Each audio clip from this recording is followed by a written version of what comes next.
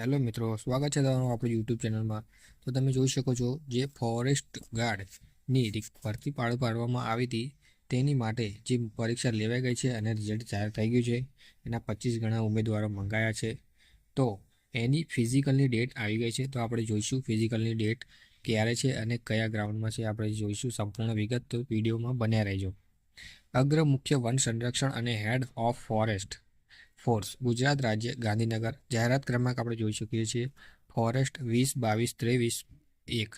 જાહેર નોટિસ આપણે શરૂ કરીએ છીએ. જાહેરાત ક્રમાંક 20-22-23-1 વનરક્ષક વર્ગ 3ની સર્વજ્ઞ સીધી ભરતીથી 823 જગ્યાઓ માટે શારીરિક ક્ષમતાની કસોટી યોજવામાં આવે છે.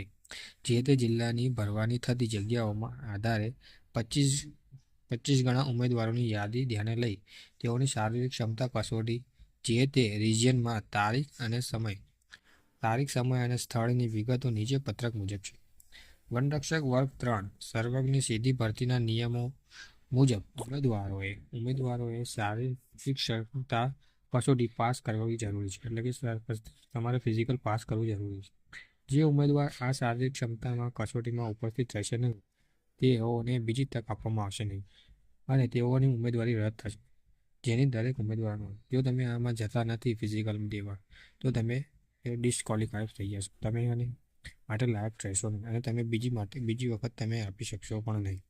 તો આપણે જોઈશું એ છે અનુક્રમણિકા નંબર, રિજિયન, જિલ્લાનું નામ, શારીરિક ક્ષમતા અને કસોટી માટેની તારીખ અને સમય. અહીંયા 4 નંબરમાં જોઈ શકો છો શારીરિક ક્ષમતા કસોટી માટેનું સ્થળ. બરાબર. તો અહીંયા પહેલું જોઈએ છીએ આપણે ઉત્તર ગુજરાત રિજિયન ગાંધીનગર આવે છે. બરાબર.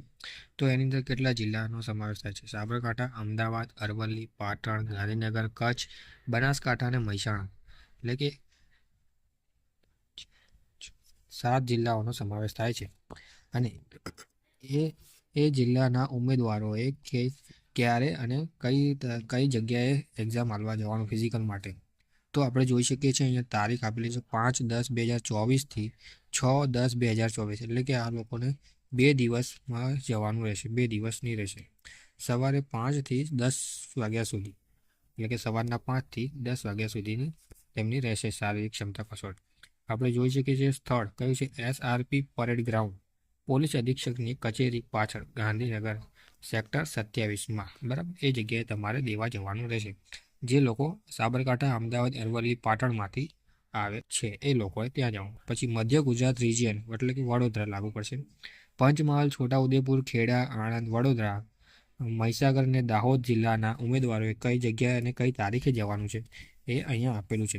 5-10-2024 થી 7-10-2024 રોજ જવાનું છે. સવારના 5 થી 10 વાગ્યા સુધી જવાનું છે. એટલે તમે કોલ લેટર નીકાળજો એટલે તમારે સમય અને ટાઈમ આપેલો રહેશે. તમારે એ સમયે જવાનું રહેશે. SRP parade ground, SRP group 5, Panchamrut dairy પાસે, ગોધરા, લુણાવાડા રોડ, કોલિનિયર, ગોધરા, જિલ્લો પંચમહાલ. એ જગ્યાએ તમારે જવાનું રહેશે. બરાબર. એવી રીતે આ તમે નીચે પણ જોઈ શકો છો 3 અને 4. એટલે કે 4 રિજિયન ગણો. 4 રિજિયનના ભાગ પાડવામાં આવે છે. 4 રિજિયનમાં તમે જોઈ શકો છો અલગ અલગ જિલ્લાઓને કવર કરવામાં આવે છે. એ પ્રમાણે તમે જોઈ શકો છો જૂનાગઢ, મોરબી, ભાવનગર, ગીર સોમનાથ, જામનગર, અમરેલી, દેવભૂમિ, દ્વારકા, પોરબંદર, બોટાદ, સુરેન્દ્રનગર અને રાજકોટ. આ રિજનના લોકોને સૌરાષ્ટ્રમાં ગણવામાં આવે છે અને એ લોકોએ 5 થી 8 તારીખની વચ્ચે જવાનું છે 10મા મહિનાની.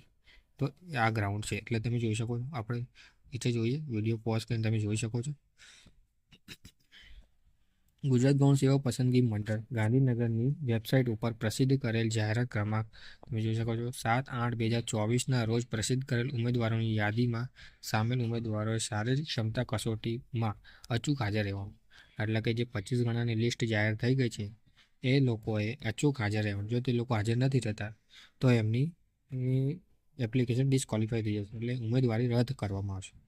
2 નંબરમાં જોઈએ આ શારીરિક ક્ષમતા કસોટી અંગેના કોલ લેટર ઓજસ વેબસાઇટ ઉપરથી 30-9-2024ના રોજ 17 કલાકથી શારીરિક ક્ષમતા અને કસોટીના નિયત કરેલા સમય સુધી ડાઉનલોડ કરી શકાય. એટલે કે તમે 30 તારીખથી જે 2 દિવસનો જે ગેપ આપેલો છે, જે તારીખ આપેલી છે ત્યાં સુધી તમે કોલ લેટર ડાઉનલોડ કરી શકશો. જો તારીખ જતી રહેશે પછી તમે નહીં આપી શકો. 3. શારીરિક ક્ષમતા કસોટીના સમયે કોલ લેટર અને કોલ લેટરમાં દર્શાવેલ પ્રમાણપત્રો અચૂક લાવવાના રહેશે. એટલે કે જે કોલ લેટરમાં તમારે આવશે એ ડોક્યુમેન્ટ તમારે જરૂરથી લઈ જવાના છે. ડોક્યુમેન્ટ જ્યારે કોલ લેટર નીકળશે ત્યારે આપણે એના પર વિડીયો બનાવીશું અલગથી. 4 નંબરમાં જે ઉપરોક્ત બાબતે વધુ જાણકારી કે પૂછપરછ માટે હેલ્પલાઇન નંબર 1926 પર કોલ કરી અથવા અન્ય જરૂરી સૂચનાઓ માટે forest.gujarat.gov.in અથવા ojas.gujarat.gov.in પર તમે અવારનવાર જોતા રહેવા વિનંતી. જોઈ શકો છો બરાબર. હસમુખ સાહેબ પટેલનો મૂકવામાં આવ્યું છે વહીવટ બરાબર. તો આ માહિતી તમને સારી લાગી હોય, ઉપયોગી રહી હોય તો તમે લાઈક જરૂરથી કરી શકો છો. હજી તમને એક વખત હું બતાવી દઉં છું. આ તમે વિડીયો પોઝ કરીને તમારા જે લાગુ પડતો જિલ્લો હોય એ પ્રમાણે તમારે જોઈ લેવા વિનંતી. બરાબર. Thank you for watching video.